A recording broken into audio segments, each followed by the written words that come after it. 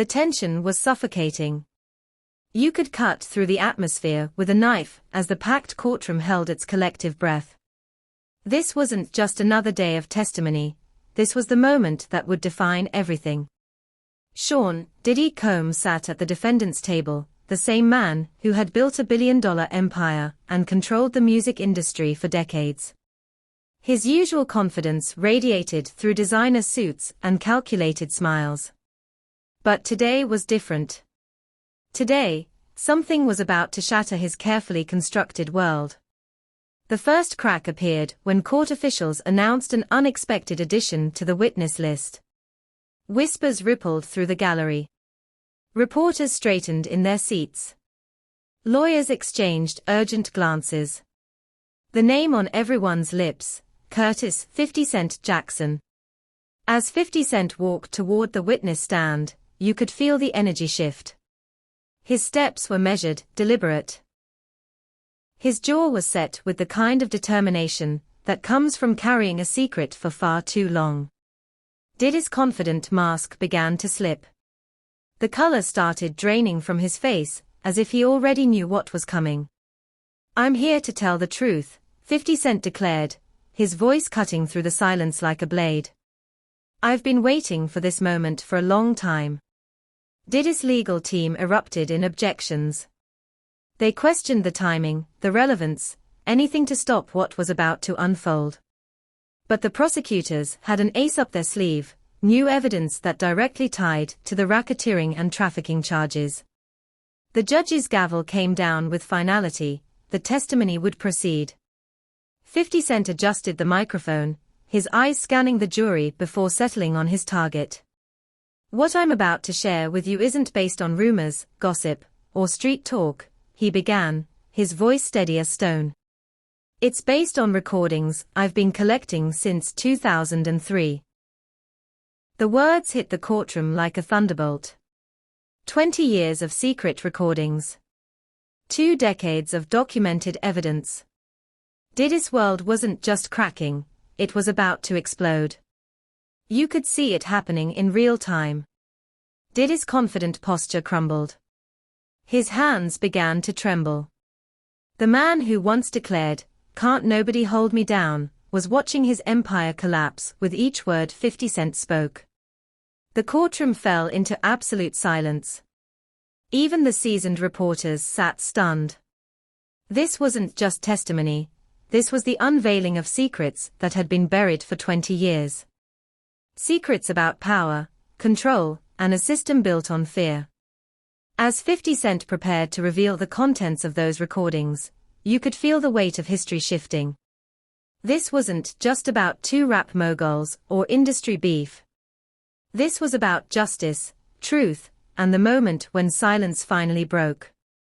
Diddy sat motionless, his face now completely drained of color. His body began to sway slightly in his chair. The man who had controlled so many lives was about to lose control of his own fate. The tension reached its breaking point. 20 years of hidden truth were about to spill into that courtroom, and everyone present knew they were witnessing something that would change the music industry forever. 50 Cent looked directly at the jury one final time, before the recordings would begin. "The truth," he said simply, "has been waiting long enough." And with those words, the silence shattered, and Sean Diddy Combs' world would never be the same again. The courtroom was about to witness something unprecedented. As 50 Cent sat in the witness chair, he was preparing to unveil a secret that had taken him 20 years to build, a secret that would expose one of the most powerful men in entertainment. For nearly 2 decades, 50 Cent began, his voice heavy with the burden of silence, "I've been systematically recording conversations and incidents involving Sean Combs. What started as a desperate act of self-preservation became the most comprehensive documentation of abuse in music industry history." The story began with something as simple as a small voice recorder hidden in his jacket. Back in 2003, 50 Cent was still climbing the ladder of success, still vulnerable, still learning the brutal rules of an industry that could make or break careers with a single phone call. I wasn't planning to use these recordings initially, he testified, his eyes meeting those of the jury. This wasn't some elaborate scheme. It was about survival. If something happened to me, if I disappeared, if I had an accident, there would be evidence. As technology advanced, so did 50 Cent's methods. Voice recorders became digital devices. Hidden microphones became sophisticated surveillance equipment. What began as one man's insurance policy evolved into an archive that would make federal investigators stop in their tracks. The turning point came at a mansion in the Hamptons in 2003. 50 Cent had received what appeared to be a golden opportunity, an invitation to one of Diddy's legendary parties. In the music world, this was like being summoned to the throne room of the king. I was still relatively new to the industry, 50 Cent recalled, his voice growing darker with each word. Being invited to one of Diddy's events was supposed to be a big deal. But the moment I walked through those gates, I realized I wasn't attending a party, I was entering a trap. The details he described painted a picture of calculated control that would make your skin crawl. Phones confiscated at the door, cutting off any connection to the outside world. Security everywhere, but not the kind that made you feel safe. The kind that made you feel watched, trapped, owned. There were cameras disguised as decorations, 50 Cent continued. Security guards checking names against lists before you could enter certain rooms. The deeper you went into that house, the fewer people there were. And the fewer people there were, the more dangerous it became. Then came the moment that changed everything. Diddy approached him with words that would echo in 50 Cent's mind for 20 years. I decide who makes it in this industry and who disappears. Everyone here understands that. But it wasn't just the words that chilled 50 Cent to the bone, it was the smile that followed. A smile that had nothing to do with friendliness, and everything to do with ownership.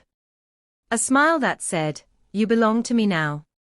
I wasn't in a position to challenge someone with Diddy's power, 50 Cent admitted. But I also wasn't going to be controlled. So I made a decision that night that would define the next 20 years of my life. I started recording everything. What followed was a masterclass in survival.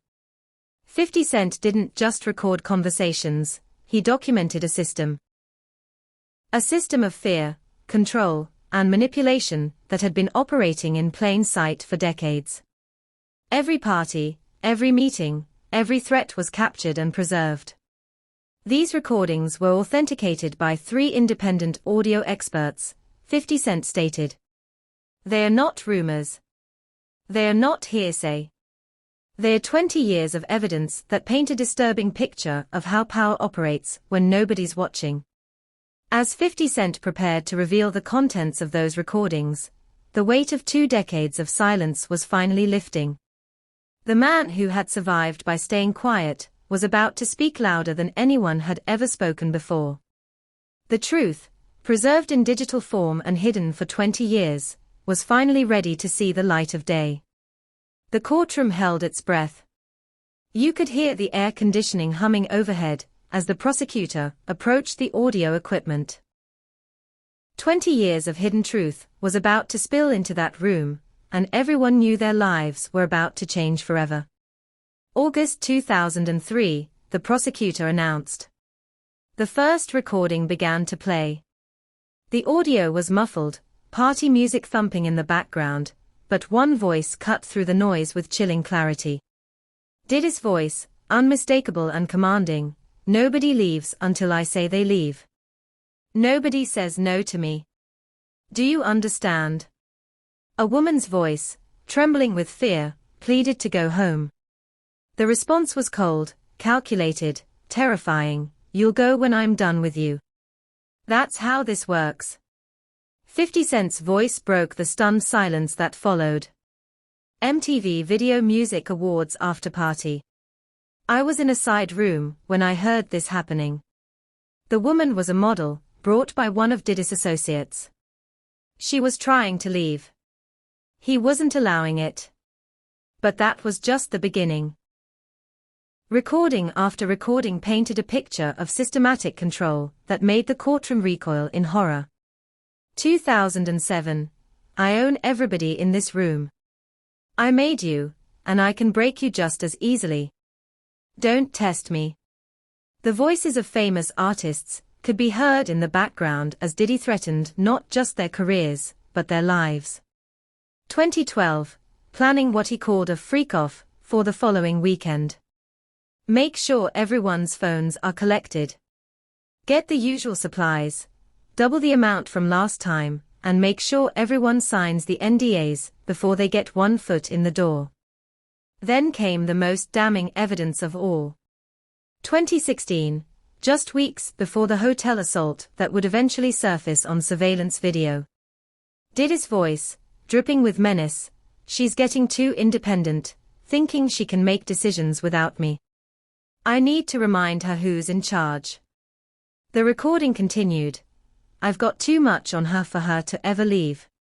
She knows what happens to people who cross me." With each new recording, something extraordinary happened. The man who had commanded fear and respect for decades began to physically crumble. Diddy seemed to shrink in his chair, his confident posture dissolving as his own words condemned him. His attorney's desperate objections were overruled again and again as the pattern became undeniably clear. This wasn't just evidence of individual crimes. This was documentation of a system, a 20-year reign of terror that had operated in plain sight, while the music industry looked the other way. The recordings didn't just capture conversations. They captured the sound of power corrupted, of fame weaponized, of silence bought and sold. They were the voice of a man who believed he was untouchable, speaking to people he considered his property. As the final recording faded to silence, the courtroom remained frozen. 20 years of hidden truth had just spilled into that room, and everyone present knew they had witnessed the moment when Sean Diddy Combs' empire of fear finally crumbled under the weight of his own words. In a packed courtroom, 50 Cent's explosive testimony pulled back the curtain on what prosecutors describe as a sophisticated empire built not just on music, but on fear. His words painted a picture of an entertainment industry where power wasn't just about talent or success, it was about control. He didn't just want success, 50 Cent told the silent courtroom. He wanted to own people. He wanted them terrified of crossing him. What emerged wasn't the story of isolated incidents, but of a calculated system. According to 50 Cent's testimony, declining an invitation to one of Diddy's notorious parties wasn't just saying no to a social event, it was career suicide by 1,000 cuts. Radio stations would suddenly stop playing his music. Longtime collaborators would mysteriously become unavailable. Sponsorship deals would evaporate overnight. I'd say no to appearing at one of his parties, and the next week, I'd find out I lost a sponsorship deal, or a film role, 50 Cent testified. It became a pattern. The recordings played in court revealed the chilling philosophy behind this system. In one 2014 recording, Diddy's voice could be heard explaining his approach. "It's not enough to have money. Money can be taken away. Fame fades. What matters is having something on everyone around you. That's real power." For 50 Cent, survival meant creating what he called parallel career paths, ventures in television, liquor brands, and other businesses that existed outside Diddy's reach. But the breaking point came when he saw surveillance footage of Diddy assaulting Cassie. "I realized that if I didn't speak now, my silence would become my legacy, and I couldn't live with that," he concluded, his voice steady but filled with the weight of years of hidden truth. The courtroom fell into absolute silence as the judge made an unprecedented decision, allowing 50 Cent to address Diddy directly. What followed was a moment that would be remembered as the trial's most explosive exchange. Standing from the witness chair, 50 Cent walked deliberately across the courtroom floor. The sound of his footsteps echoed in the hushed space as he approached his former adversary, looking him directly in the eye. "You built an empire out of fear," he began, his voice sharp and unwavering. "You called it mentorship. You called it family. You called it the bad boy way. But all you built was a prison for everyone around you." Diddy remained motionless in his chair, his lawyer frantically whispering urgent instructions in his ear. But 50 Cent pressed on, his words cutting through the tension like a blade. "I saw what you did to young artists. I saw what you did to women. I heard the things you said about people when you thought no one was listening. You broke people for power." Then came the moment that stunned everyone present. 50 Cent reached into his jacket and pulled out a small flip phone, clearly outdated by at least 15 years. The ancient device seemed almost comical in the modern courtroom, but its significance was profound. "This was my first recording device from 2003, he explained, holding the phone up for all to see. "The day I decided I wouldn't be controlled by you. I've carried this as a reminder of what happens when power goes unchecked." Turning to face the jury, his voice gained strength and purpose. "If you think this is just about parties or beef or one video, you're not seeing the whole picture. This is about a system designed to silence victims and protect predators. And if we don't tear it down, it will keep going." The climax came as he faced Diddy one final time, delivering words that would reverberate far beyond the courtroom walls. "You once said, 'Can't nobody hold me down?' Well, the truth can." The aftermath was immediate and shocking. As 50 Cent gathered his belongings, Diddy suddenly rose from his chair. Security officers tensed, the courtroom held its breath, and then Diddy's eyes rolled back. He collapsed, hitting the floor hard before anyone could react. Chaos erupted. Paramedics rushed in with emergency equipment, while the judge ordered the courtroom cleared. The last image burned into reporters' minds was Diddy being lifted onto a stretcher, unconscious, as his legal team surrounded him in visible panic.